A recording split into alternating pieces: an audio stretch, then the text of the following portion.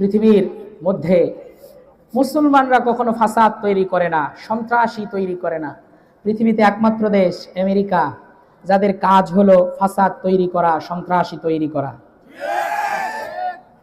ওরা দেখবেন পৃথিবীতে যেখানেই তেল আছে ওইখানেই ওদের লোফাতুর হাত আছে। সিরিয়ার 3 ভাগের 1 ভাগ দখল করেছে, যেই ভাগ দখল করেছে ওই ভাগে একটা জিনিস আছে, তেল। তেল রেখেছে আর ওইখানে শকুনের হাত পড়েছে। ওদের আর্নিং সোর্স কি? অস্ত্র বিক্রি করে আর আর্ন করে। আচ্ছা বলুন, অস্ত্র কি কৃষকরা কেনে নাকি যুদ্ধ যারা করে তারা কেনে? এখন পৃথিবীতে যদি যুদ্ধ না থাকে অস্ত্র বিক্রি করবে কার কাছে? তার মানে দুনিয়াতে এই যুদ্ধ টিকে রাখে কারা? ওই আমেরিকানরা। ওই আমেরিকাই আফগানে প্রায় 2 লক্ষ মুসলমান মেরেছে। ওই আমেরিকা ইরাকে প্রায় 2.5 লাখ মুসলমান মেরেছে। ওই আমেরিকা ইসরায়েলের মাধ্যমে ফিলিস্তিনের প্রায় 40,000 মুসলমানকে মেরেছে। আল্লাহ এগুলো দেখে নাই? দেখছে কিনা?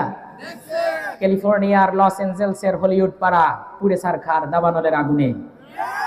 ওরা ওইটার নাম দিয়েছে গ্লোবাল ওয়ার্মিং। বৈশ্বিক উষ্ণতার কারণে গাছে গাছে দাবানল হয়েছে। আরে বেকুফ, এটা তোর খালি চোখে দেখা। আল্লাহ একটা রিজন দিয়েছে, কোরআনে বলেছে জহারাল ফাসাদু ফিল বাররি ওয়াল বাহরি বিমা কাসাবাত আইদিন নাস।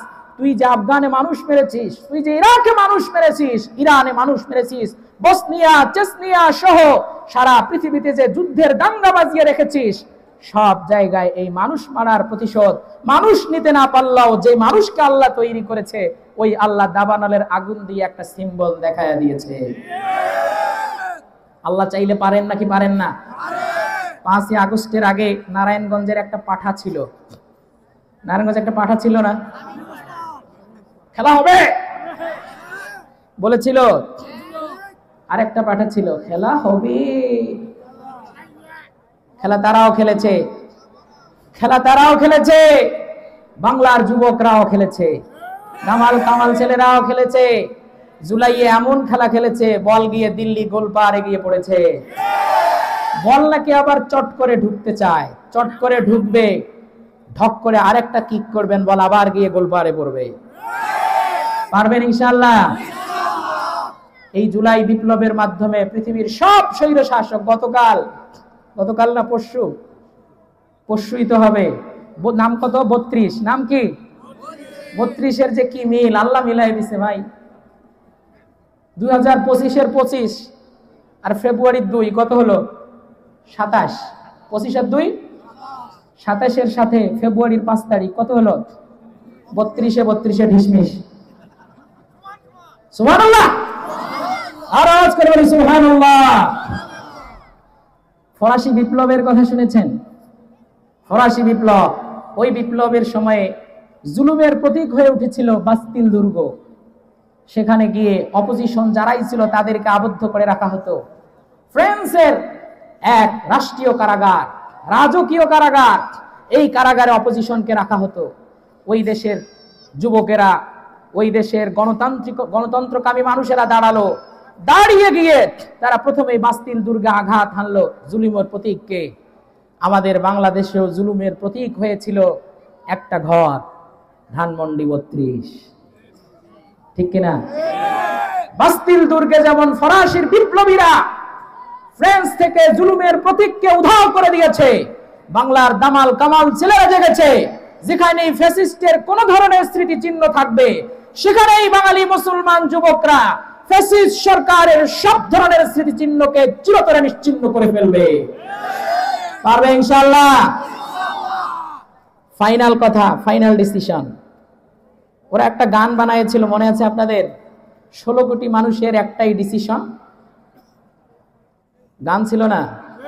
16 কোটি মানুষের একটাই ডিসিশন। তারপর কি? কারা জিতবে, কারা হারবে, 16 কোটি মানুষের নাকি ডিসিশন একটাই। কই গেল? পরশুদিন ধানমন্ডি ভাঙা হলো, 16 কোটি মানুষের একটাও তো আসলো না। আসছিল ভাই? আসছিল না। ইতিহাস থেকে আপনাদেরকে আমি একটু চা খেয়ে নেই, খাবো? একটু জিকির করি, লা ইলাহা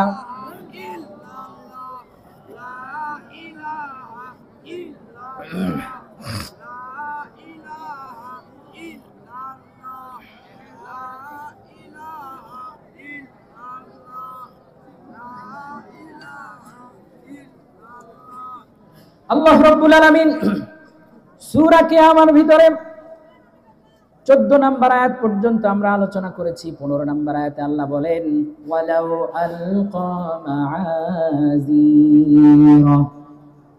মানুষগুলো সব অজুহাত দিতে ভালোবাসে, ভালো কাজ করতে গেলেই অজুহাত বেশি দেয়। এই পর্যন্ত আল্লাহ তাআলা তার কুদরতের কথা বললেন, তার ক্ষমতার কথা বললেন। এইবার আল্লাহ তাআলা 16 নম্বর আয়াত থেকে ভিন্ন একটা প্রসঙ্গ তুলে ধরলেন। আল্লাহ তাআলা বলেন লা তুহাররিক বিহি লিসানাকা লিতা'জালা বিহি, লা তুহাররিক বিহি লিসানাক, আপনার জিহ্বাকে তাড়াহুড়া করে নাড়াবেন না। লিতা'জালা বিহি, তাড়াহুড়া করার পর আল্লাহ রাব্বুল আলামিন কোরআন মাজিদে ওহী যখন রাসূলের কাছে অবতীর্ণ করতেন, ইউআলিজু মিনাত তাশদীদ, আল্লাহর রাসূলের কষ্ট হয়ে যেত। বিশ্বনবীর বয়স যখন 40 হয়ে গেল, হুব্বিবা ইলাইহিল খালাউ, নির্জনতা বিশ্বনবীর ভালো লাগতে থাকলো। বিশ্বনবী জনাবে মুহাম্মদ মুস্তাফা সাল্লাল্লাহু আলাইহি ওয়াসাল্লাম হেরা গুহায় গিয়েছেন। জিবরিল আমিন এসে রাসূলকে বলছেন ইকরা ইয়া মুহাম্মদ, মুহাম্মদ আপনি পড়ুন। মুহাম্মদ সাল্লাল্লাহু আলাইহি ওয়াসাল্লাম পৃথিবীর কোন ভার্সিটিতে কোন মানুষের কাছে পড়েন নাই। জিবরিল আমিনকে বিশ্বনবী জানায়া দেন লাস্তু বিকারিইন, আমি তো পড়তে জানি না। মা আনা বিকারিইন, আমি তো পড়তে জানি না। বিশ্বনবী মুহাম্মদকে জিবরিল কঠিন ভাবে বুকের সাথে বুক মিলায়ে নিয়ে আলিঙ্গন করলেন। বিশ্বনবী বলেন আমার জানটা প্রায় যায় অবস্থা, প্রাণটা প্রায় ওষ্ঠাগত অবস্থা। জনাবে মুহাম্মদুর রাসূলুল্লাহকে দ্বিতীয়বার বলা হলো ইকরা, পড়ো। বিশ্বনবী বললেন লাস্তু বিকারিইন, আমি তো পড়তে জানি না। তৃতীয়বার আবার বলা হলো ইকরা, তৃতীয়বার আবার আলিঙ্গন করা হলো। এবার চতুর্থবার জিবরিল আমিন যখন বলেছেন ইকরা ইয়া মুহাম্মদ, মুহাম্মদ সাল্লাল্লাহু আলাইহি ওয়াসাল্লাম পড়তে থাকলেন ইকরা বিসমি রাব্বিকাল্লাযী খালাক, খালাকাল ইনসানা মিন আলাক, ইকরা ওয়া রাব্বুকাল আকরাম আল্লাযী আল্লামা বিল কলম আল্লামাল ইনসানা মা লাম ইয়ালাম। আল্লাহু আকবার। তার মানে ওহী যখন আসতো বিশ্বনবীর কাছে, বিশ্বনবীর কষ্ট অনুভব হতো। আল্লাহ রাব্বুল আলামিন বিশ্বনবীকে বলেন ওগো নবী, জিবরিল আমিন যখন আপনার কাছে কোরআন পড়ে ওই সময়ে তাড়াহুড়া করে কোরআন রপ্ত করার জন্য আপনার কষ্ট করতে হবে না। মা আনজালনা আলাইকাল কুরআনা লিতাশকা, এই কোরআনকে আপনার উপর অবতীর্ণ করি নাই যে আপনার কষ্ট হবে। আল্লাহর পয়গম্বর নবী মুহাম্মদকে আল্লাহ তাআলা জানায়া দেন লা তুহাররিক বিহি লিসানাকা লিতা'জালা বিহি, তাড়াহুড়া করার জন্য জিহ্বা নাড়াবেন না। ইন্না আলাইনা জামআহু ওয়া কুরআনা। 17 নম্বর আয়াতে আল্লাহ বলেন ইন্না আলাইনা, নিশ্চয় আমার উপর দায়িত্ব হলো জামআহু, এই কোরআনকে জমা করে দেব আপনার সিনার মধ্যে, ওয়া কুরআনাহু, এর তেলাওয়াতকেও আপনার বুকের মধ্যে বসায়া দেব। আল্লাহ বলেন ফাইজা করানাহু, 18 নম্বর আয়াত, ফাইজা করানাহু, জিবরিলের মাধ্যমে আমি যখন কোরআন পড়ে আপনাকে শোনাই, ফাত্তাবিউ কুরআনাহু, তখন ওই কোরআনটা আপনি অনুসরণ করুন। আপনি শুধু শুনবেন আর অনুসরণ করবেন।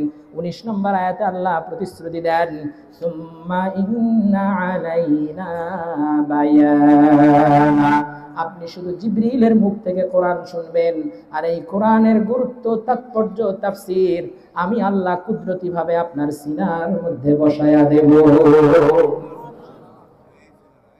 কোরআন পড়তে রাজি আছেন ইনশাআল্লাহ?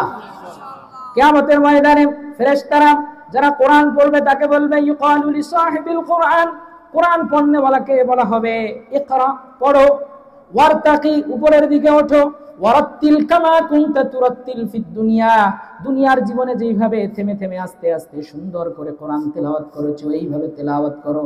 ফাইন্না মানজিলাতাকা ইনদা আখিরি আয়াতিন আল্লাতী তাকরাউ বিহা, এইভাবে কোরআন পড়তে পড়তে যেখানে গিয়ে তোমার তেলাওয়াত শেষ হবে অত নম্বর ফ্লোর বিশিষ্ট, অত নম্বর তালা বিশিষ্ট আল্লাহ তাআলা জান্নাতে একটা বালাখানা তোমার জন্য বরাদ্দ করে দিবে।